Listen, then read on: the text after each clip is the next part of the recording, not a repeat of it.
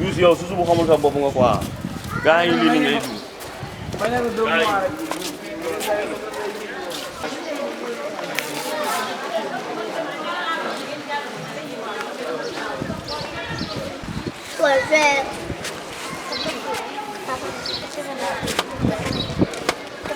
mu jël ko en attendant ngeen dajalu quoi waxal ko kii mu gaaw dañ lay mën a jàppale dina la ko jàppale waaw mën nañu ko jàppale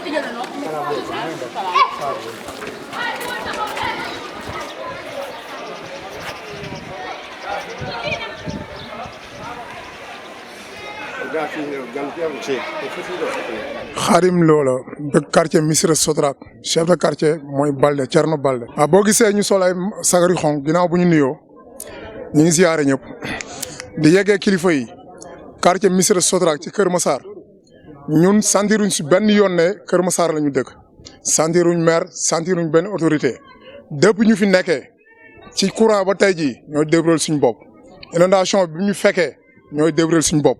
La preuve yaa ko gisal sa bopp suñu rakk ju baax ji Habib moo fi indi machine fexe ba am ay tuyaux yoo xam moom la ñuy évacuer ndox mi te ndox mi boo ko xoolee xam ni ndoxum daaw la woon bu ren fekkaat ko fi autorités yi ñi ngi koy gis ñi ngi koy dégg te mësuñu si réagir.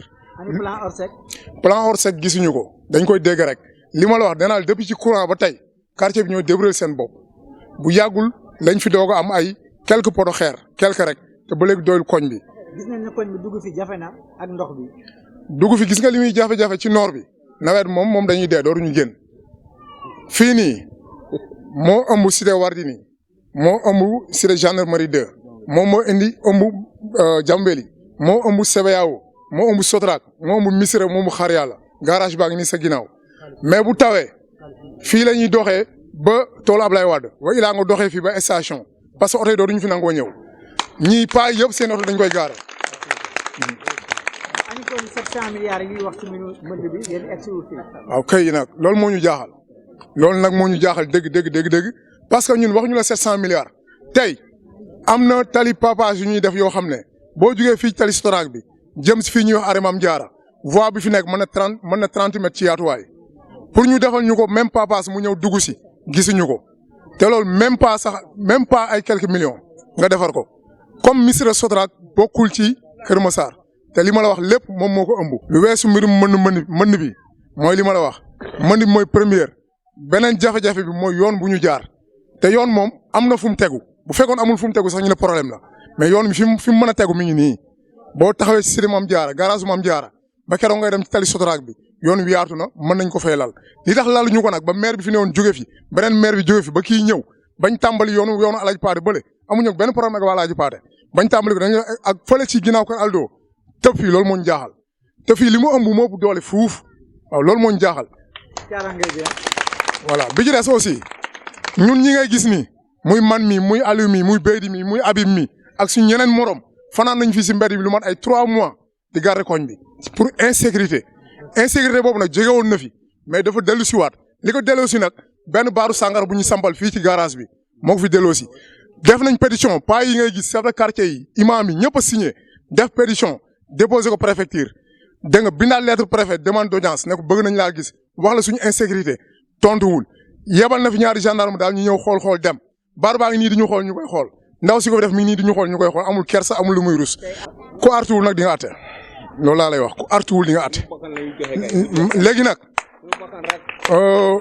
ndox mi moom gis nga inondation bi ñi ngi ci ñàkkee xaar état ñàkk ci xaar kenn dañ ciy nekk bañ fekk ñu si insécurité bi tamit noonu lañ ciy ñàkkee xaar état ku artuwul nag di nga àtte te ciin moom boo ko tegee bu baxee dinañ tell dem si kaw bu wala ngaa nee nag mën naa laal ku ne waaw insécurité bi nag ñun def nañ li ñu waroon a def jox ko autorité bi waxut léegi nag ñun ñi ngi def suñu beneen plan d'action boo xam ni bu ñëwee ñoom dañ ko gis incha allah. Thierno Balde comme ça xale bi lu mu la wax rek ki ko wax fi njëkk lu ma la wax rek loolu moo tax ñu takk suñu morso yu xonk yi lan lañ dund xanaa jafe-jafe depuis ma fal délégué quartier am naa fukki at ak juróom benn maa ngi fii mais man gisuma dara lu ñëw fii lu am maanaa fii presque bu ñu bëggee gis goudron il faut ñu dem ba Kër Masal village xanaa daawaat ñu def ko ci Sotrac bii nii ñun boo demee bi digg nawet bi ñu jigéen yi yoo góor yi jigéen yi yoo xale yi yoo kenn mënul ndog fi gis nga ndog bi loolu lañ gis xam nga képp tiim ndog bu salte bi du am wér gu yaram ba ñu amee ku ñu war a jàppale ñu ci lan ci ndimbal. waa xanaa sonn rek wax dëgg yàlla sonn suñu njabooti sonn yaa gisee ndox bi nii amuñu fu ñu fowee suñu xale yi duñu génn mënuñu génn ñun ci suñu bopp pour génn dem liggéey problème la da ngay jóge fii 6 heures du matin balaa ngay yegg sa liggéeyukaay da ngay tardé man mii di wax ak yow daaw fanaan naa garage marché ñëw mu taw bi soobee oto dootul dawati man ak samay doom ñu jóge Tiwaawoon ñëw ba marché oto yi ne dawatuñu boo amul 3000 pour louer kalandoo doo dugg si yaa ngi dégg amuñu yoon bu baax oto boo wax Sotrac laa jëm mu dummóoyu la boo pour jóge fii dem Dakar jóge Tiwaawoon dem Dakar moo ko gën a yomb te yaakaar naa ñun ci dëkk bi lañu bokk daal. wax dëgg yàlla man de moo fi dëkkee ba léegi xëy na yàgguma fi mais suñu ndoxu daaw bi dañoo toog ñun ñoo ciy wutal suñu pexe bopp ut ay suuf di ci def wala leneen ku toppatoowul defaral sa bopp doo gis kan moo la defaral plan Orsec bi ñuy wax dégg lañ ci amagum egseegu fi. daara ji ñu jàkkaarloo bu tawee xale yi dañuy toog ay semaine ñaari semaine duñu am fu ñu jaar sax pour dem jàng ji wala dara dangay mujj fanaan fi nga nekk wala dootoo génnati wax dëgg yàlla suñu sañoon ñu gëstuñu jàppale ñu xam ne tamit ñun tam si réew mi lañu bokk wax dëgg yàlla waaw bëgg ñu sañoon daal yëg suñu bopp bu baax a baax que si réew mi lañ bokk parce que lii nii c'est pas normal. canalisation soxla nañ ko parce que lii kenn mënu see dund am na ñoo xamante ni man keroog loolu laa wax ma ne man. sama xel du dal parce que maa ngi tëdd di nelaw te ñi ma dendal am na si ñoo xam ne bu ndox duggul sa kër it sa dëkkandoo mu ngi si biir ndox bi di si togg di si lekk di si naan loo rafetul wax dëgg yàlla. C'est Pape Alioune Diop.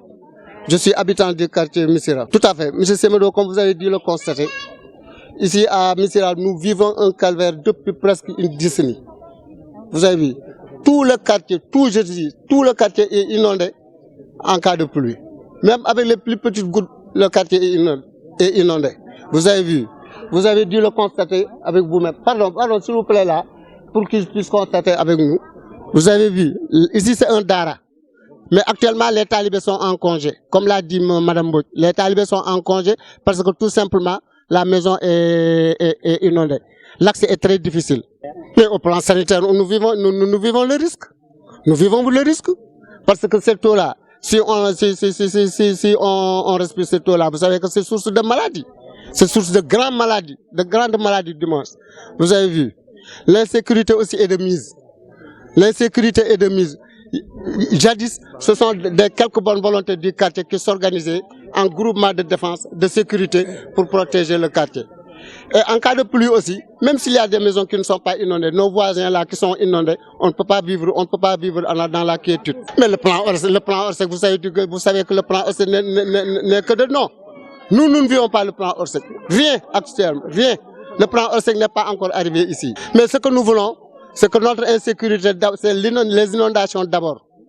Que l'État soit regardant sur nous pour les inondations.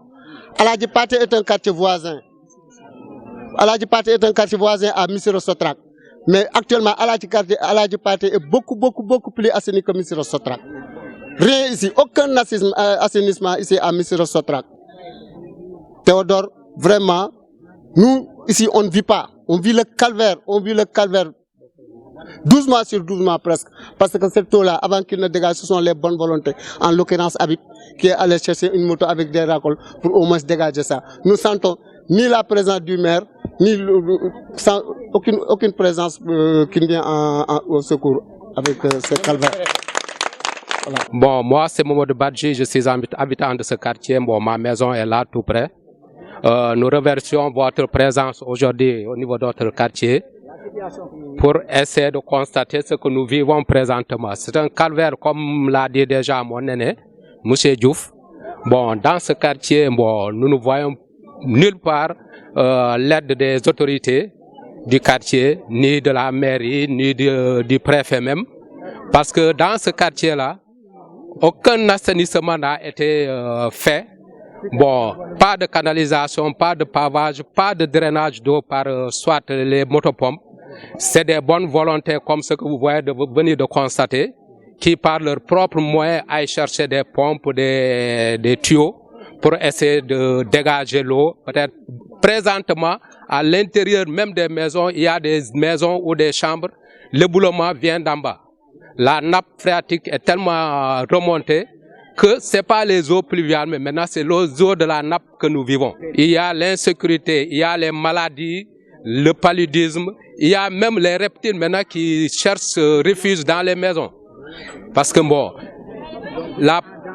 en danger permanent, surtout avec les enfants, nous vivons un danger permanent tout le temps.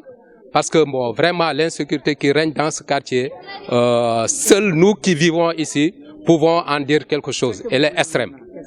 Que l'État nous vienne en aide par rapport soit au drainage de ces eaux par des canalisations ou présentement par des mesures d'urgence, des motopompes pour essayer de dégager parfois les eaux qui nous inondent vraiment très très fortement en cas de pluie. Nous n'avons même pas où passer.